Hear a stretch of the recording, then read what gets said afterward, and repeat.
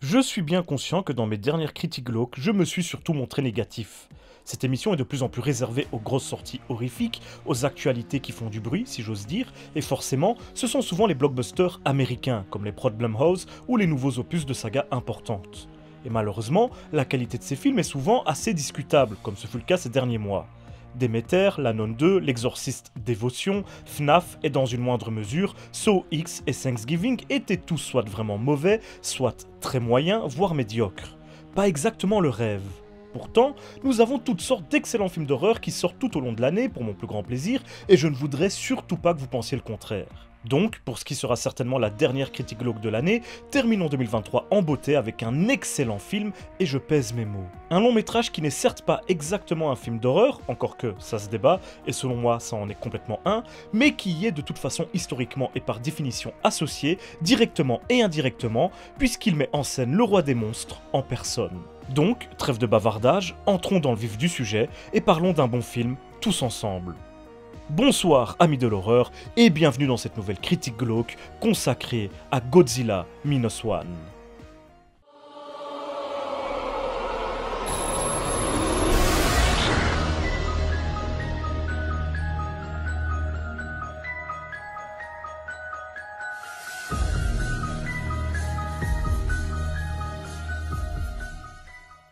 Après le succès critique et commercial de Shin Godzilla de Hideaki Anno et Shinji Higuchi, la Toho voulait continuer sur cette lancée.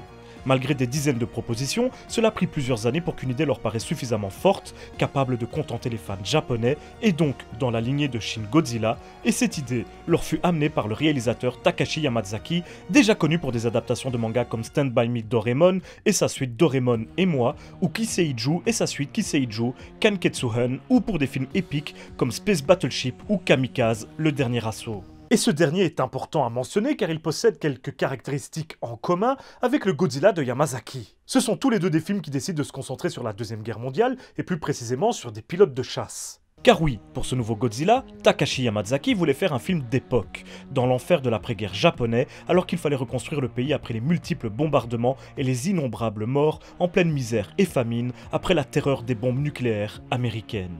Une période très particulière et propice à l'apparition d'un Godzilla rendu possible justement par l'attaque atomique dont le roi des monstres s'est toujours fait écho. Et d'ailleurs, le film est donc titré Godzilla Minus One. Un titre quelque peu étrange aux premiers abords. Il fait référence à la destruction du Japon après la Deuxième Guerre mondiale, qui est donc l'état 0, et l'apparition de Godzilla qui vient ajouter un petit peu de mort et de destruction est l'état -1. D'où le titre du film. Nous y suivons Koichi Chikishima, un pilote de chasse, un kamikaze qui, justement, par peur de la mort, plutôt que de se sacrifier comme ses camarades pendant la guerre, simule une panne mécanique de son appareil. Cet acte de lâcheté est suivi par un second de sa part, lorsque l'île Dodo, sur laquelle il attend en compagnie de Meccano, est attaquée par Godzilla. Alors qu'il a l'occasion de les défendre avec la mitrailleuse de son avion, il est paralysé par la peur et reste impuissant devant le massacre de la majorité des mécaniciens. Traumatisé par la guerre et cet événement, il retourne chez lui et constate que sa famille a péri durant les bombardements et que sa ville est entièrement détruite. Démarre alors une longue période de misère durant laquelle il va simplement tenter de survivre en prenant sous son aile une jeune femme et une petite fille, deux autres orphelins de la guerre avec qui il va former une toute nouvelle famille de fortune. Mais alors que le Japon et avec lui leur petite famille se relèvent tant bien que mal, Godzilla refait son apparition et semble bien décidé à replonger le pays dans une nouvelle crise en apportant la mort et la destruction. Chikishima aura finalement peut-être l'occasion de se racheter auprès de son pays et de se faire pardonner sa lâcheté. Voilà pour le pitch de départ et le contexte de ce nouveau Godzilla. Et s'il est effectivement assez différent du contexte de départ de Shin Godzilla, ne serait-ce qu'en termes d'époque, ils ont tout de même pas mal de points communs. Ils se veulent très réalistes dans leur traitement du roi des monstres et sont tous deux très japonais, en termes de contexte, encore une fois, mais également en termes de point de vue. Rien qu'avec le point de départ de l'intrigue, vous comprendrez sans doute assez facilement la symbolique derrière ce nouveau Godzilla, officiellement surnommé Negagoji par la Toho. Il est une allégorie des difficultés qu'a connues le Japon après la Seconde Guerre mondiale. La misère, la famine, les ruines, mais aussi la peur causée par les bombes atomiques et la tristesse de la défaite, la sensation d'un ennemi invincible et d'un châtiment divin, voilà ce que représente le roi des monstres dans cet opus. Et force est de constater que cela lui convient parfaitement.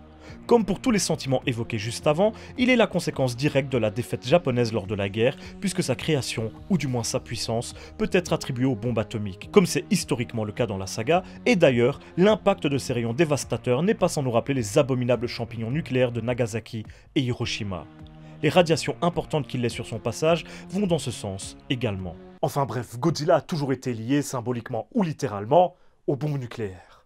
Et alors que la guerre est terminée, le véritable combat commence, celui pour la survie du peuple japonais au sein de son propre pays, abandonné par un gouvernement affaibli et tenu en laisse par l'occupant américain. C'est ce challenge que représente Godzilla, les difficultés de l'après-guerre. Et alors que le conflit est officiellement terminé, que les soldats survivants sont revenus dans ce qu'il reste de leur foyer, c'est en tant que citoyens, que civils qu'ils doivent essayer de s'en sortir et de relever leur pays pour s'assurer, à eux et à leurs familles, un futur un tant soit peu enviable.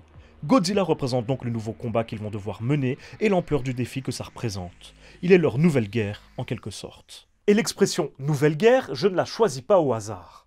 En effet, la guerre de Shikishima n'est en fait toujours pas terminée. Lui qui fut désigné pour être kamikaze est honteux d'être revenu en vie, une vie qu'il ne doit qu'à sa lâcheté et à sa fuite. Les autres citoyens le regardent avec mépris, le pays le regarde avec mépris, du moins, c'est l'impression qu'il a, lui qui culpabilise et repense entre autres à la mort des mécaniciens. Il porte une partie de la défaite de son pays sur ses épaules, une partie des morts et des pertes de ses concitoyens, leur deuil, et a la sensation que même ses parents, morts, ont honte de sa lâcheté. Le fait de pouvoir combattre Godzilla pour sauver son pays, c'est en fait une symbolique des efforts qu'il peut fournir pour aider le Japon à se reconstruire après la guerre. Et ça donne de la valeur à la vie qu'il peut continuer à mener, alors que s'il avait été au bout de son rôle de kamikaze, il n'aurait plus été d'aucune utilité pour la reconstruction du pays, pour l'après-guerre. Et ça, c'est une idée très intéressante. Beaucoup d'observateurs étaient inquiets quand Yamazaki a été nommé réalisateur du nouveau Godzilla. Ils avaient peur que le film soit trop nationaliste, notamment à cause de son film Kamikaze dont nous avons parlé un petit peu plus tôt. Et si clairement le film est effectivement très japonais dans son regard sur la Deuxième Guerre mondiale, et c'est un peu normal, j'ai envie de dire, il garde un regard très nuancé et fait son mea culpa sur de nombreux points. Le plus important étant que le film regrette toutes les vies sacrifiées lors de cette Seconde Guerre mondiale, condamne l'existence même du rôle de kamikaze, la mauvaise gestion gouvernementale de la guerre et de l'après-guerre, et plus globalement des conséquences humaines du conflit. Il y a de vrais moments dramatiques qui découlent de ce postulat de la part du film et de la recherche de rédemption de notre personnage principal, de comment il va réussir à se relever lui-même du traumatisme causé par la guerre, devenant à son tour, comme Godzilla, un symbole de cet après-guerre japonais, mais positif cette fois. Le peuple japonais est fort. Car dans le film, nous ne verrons jamais aucun représentant du gouvernement japonais, ce qui en fait l'exact opposé de Shin Godzilla sur ce point précis. Non, les protagonistes, ceux qui vont aider le Japon à aller de l'avant, à se reconstruire, encore une fois, c'est le peuple. D'anciens militaires de grades très divers, allant du haut placé au troupier de base en passant par le scientifique militaire et le pilote de chasse, tous revenus à la vie civile depuis la guerre, mais également des citoyens ordinaires, vont sortir de l'anonymat, prendre leur courage à deux mains et faire face aux difficultés de l'après-guerre, ici symbolisées par Godzilla et la menace qu'il représente, contre laquelle l'armée officielle n'a rien pu faire, malgré tous ses navires cuirassés et ses tanks. Godzilla Minus One remet donc le peuple japonais au centre du combat et salue les efforts des citoyens japonais pour sauver le pays. Le film raconte comment le peuple japonais a gagné sa propre guerre de façon aussi belle que dramatique. Narrativement, cela donne tout de même quelques petits défauts. La majorité des rebondissements est cousue de fil blanc et normalement, vous verrez tout venir d'assez loin. Comme je le répète souvent, ça n'est pas très grave, la surprise ne fait pas un bon film.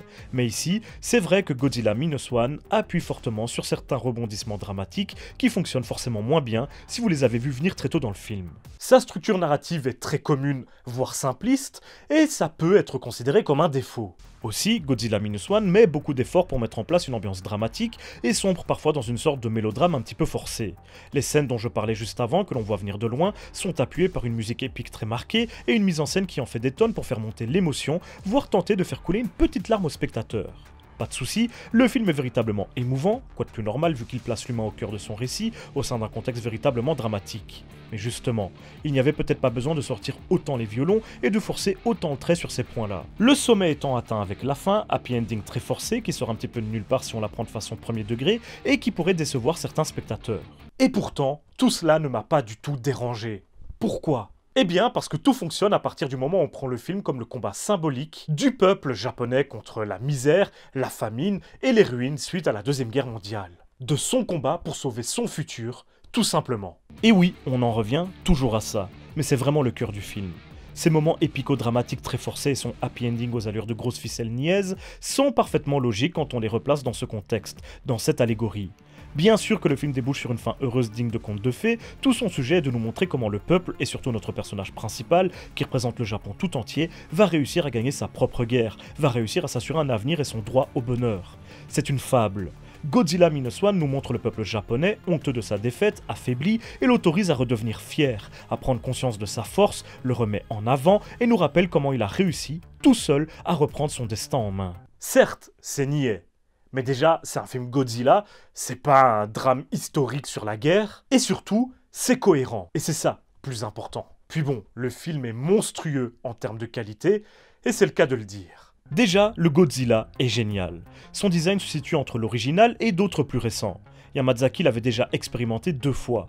Déjà, dès 2007, nous avions droit à un brouillon, en quelque sorte, pour la scène de rêve au début de son film Always Zoku Sanchome no Yui, qui se déroule en plus dans un Japon très similaire à celui de Godzilla Minus One. Puis, plus récemment, dans la vidéo qui accompagne l'attraction Godzilla The Ride d'un parc d'attractions de Tokorozawa, qu'il réalise également et dans laquelle le design de Godzilla est vraiment très proche de celui de notre film du jour. Et franchement, il est assez terrifiant. Son côté grotesque, issu des premiers films, lui donne un aspect charmant, mais renforce également son aspect divin, que Yamazaki remet au centre du film. Godzilla n'est pas juste un monstre, et c'est exactement ce que les films américains ne comprennent pas. C'est une créature quasi divine, l'incarnation d'un châtiment divin, une catastrophe qui a pris forme. Et les scènes aquatiques, par exemple, sont assez terrifiantes, notamment celle durant laquelle il poursuit le minuscule bateau de nos protagonistes principaux. Forcément, nous avons droit à nos traditionnelles séquences de destruction de villes également, et en termes de mouvements de caméra ingénieux ou de plans audacieux, nous sommes servis. Je ne dispose malheureusement pas des images du film pour pouvoir appuyer mes propos, mais on en prend plein les mirettes. En plus, pour les vrais fans du Roi des Monstres, il y a plein de clins d'œil et d'hommages à des films de Godzilla précédents.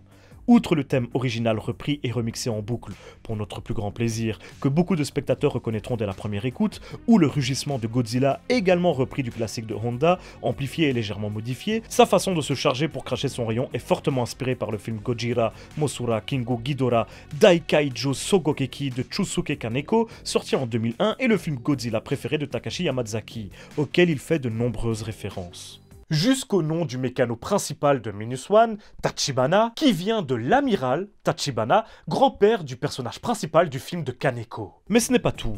L'idée de mettre en scène des citoyens ordinaires vient du retour de Godzilla, réalisé en 1955 par Motoyoshi Oda et Monsieur Ichiro Honda lui-même. Shikishima et ses objectifs rappellent les personnages principaux des films Gojira Itai Mega Girasu, Jishometsu Sakisen et Gojira X Mega Gojira. Les origines de Godzilla ressemblent à celles du Roi des Monstres de Gojira vs Kingo Ghidorah, et le contexte politique, avec les tensions entre l'URSS et les États-Unis en toile de fond, rappelle celui du retour de Godzilla, mais version 84 cette fois.